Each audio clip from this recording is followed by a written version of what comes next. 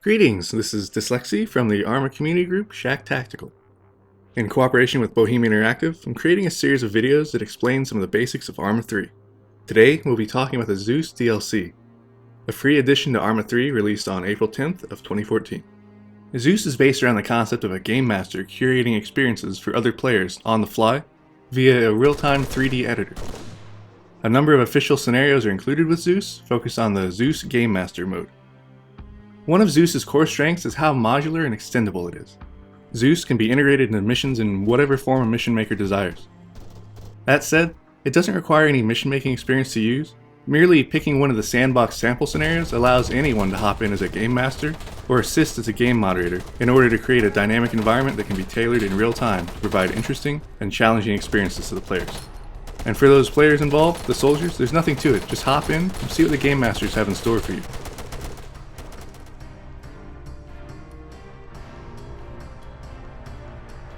Let's start with some basic tips on how to get to grips with the role of Game Master. First off, a showcase mission exists to teach you the basic controls of Zeus. It's recommended you try this out early to get the gist of it. After that though, single player is a great place to try out all the different aspects of functionality.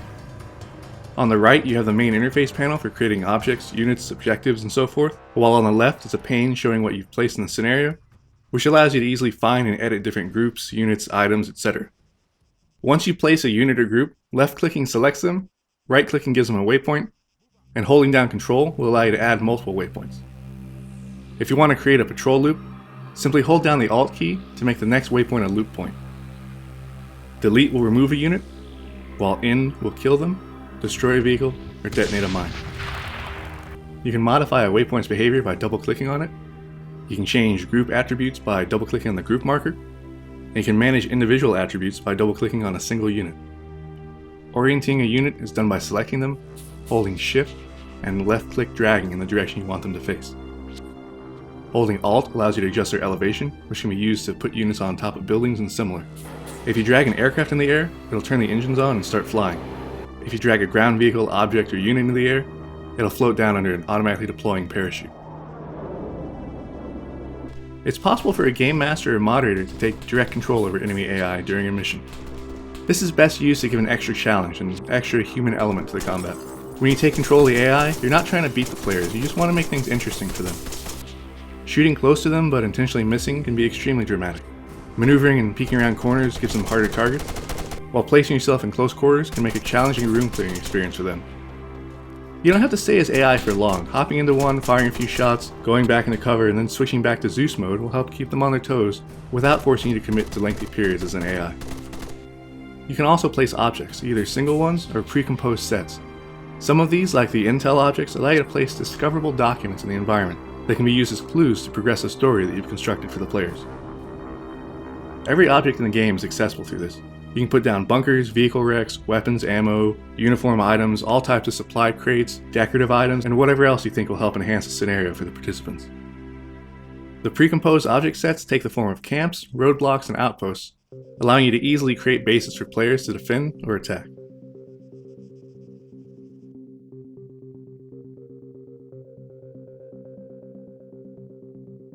Now that we've covered the basics of how to control Zeus, let's not forget about the players on the ground. This is how most of us will experience Zeus, and where improvisation is essential. Many of the topics we've discussed in previous community guides are relevant here, from the basics of infantry combat to multiplayer teamwork, air assaults, and even guerrilla warfare. Use this knowledge to your advantage, and if things really take a turn for the worse, always remember that you can ping Zeus by pressing Y. A merciful game master might give you just what you need to tip the scales in your favor. When pinged, a game master simply presses spacebar to automatically move his focus to the player who initiated the ping.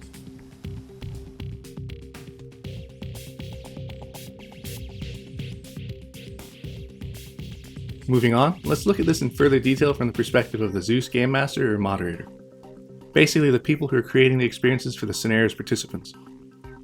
Zeus can be used in any fashion desired, but we'll focus on the cooperative gameplay potential for it. As Zeus, it's important to remember why you're there. The idea is to craft something memorable for the players, something with a human touch to it, a narrative experience that both challenges and entertains them, and something they'll be talking about long after the battle's over. When you're designing the scenario, think about the higher level concepts. What are you wanting the players to do, and what kind of encounters are you hoping to put them into? You have the ability to place objectives to guide them places, as well as give them assets to utilize to accomplish those objectives. You don't have to be completely straightforward with these objectives either. Sometimes you may want to give them the impression that the action will happen in one area, then construct an ambush en route that becomes the actual mission once engaged. Be creative with how and where you place AI. Should the enemy know that the players are going to attack? If so, put them in defensive postures. If the players are supposed to be catching the enemy by surprise, reflect this by having the AI in a non-alerted state. Think of yourself as a higher mind of the AI, helping them to behave even more like human opposition. You don't want to abuse your knowledge of the player's actions, but you can use it to cause the AI to react in fashions that are reasonable. If the players are spotted and the AI begins engaging, you can maneuver squads in reaction to that. Try to place your AI in advance. And if you're going to add units or vehicles after the combat has started, do so by actually moving them in from outside of the combat area, giving the players an opportunity to interdict them, or otherwise see them coming as reinforcements. Think about how the enemy would react to an attack, what their capabilities are, and work within the constraints of that for a more believable experience. Overall, you want to ensure that you're creating a challenge that the players can solve and overcome, not just a meat grinder that punishes them regardless of what course of action they take. It's worth reiterating that you're not trying to beat the players. The measure of your success as a game master is how much fun everyone has during the experience. Be sparing with your use of supporting assets like artillery or close air support. Overuse tends to dull the effect, whereas a few careful employments of mortar strikes or a close but not fatal strafing run can add great tension to the environment. The use of friendly and supporting AI troops or vehicles can give a scenario an even greater sense of scale, while also allowing those AI to warn players of enemy capabilities. For instance, if an AI helo is shot down over the objective area, players will naturally understand there's an anti-air threat that they have to consider. Zeus also works extremely well as a generalized training environment. You can use it to set up specific training situations, run players through them, debrief, restage, and run them again to drive home lessons learned and give opportunities for improvement. This can be used to train all aspects of Arma, from infantry combat to vehicles, aircraft, and seaborne aspects. Whatever you're looking for in Arma, Zeus is likely able to help enhance it and provide for a more engaging and dynamic experience. We look forward to seeing what people come up with, not to mention the countless stories that will emerge from these curated experiences. If you haven't already tried it out, give it a spin and see what you can come up with.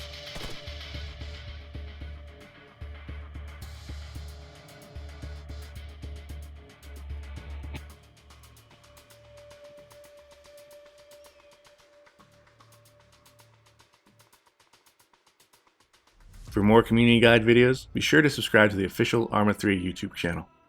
For other Arma 3 updates, keep track of the official website, Facebook, and Twitter pages. If you like more in-depth tutorial and multiplayer gameplay of Arma 3 and the previous Arma games, I'd recommend you check out my channel here. This is Dslyecxi, and may the lightning never fall upon you.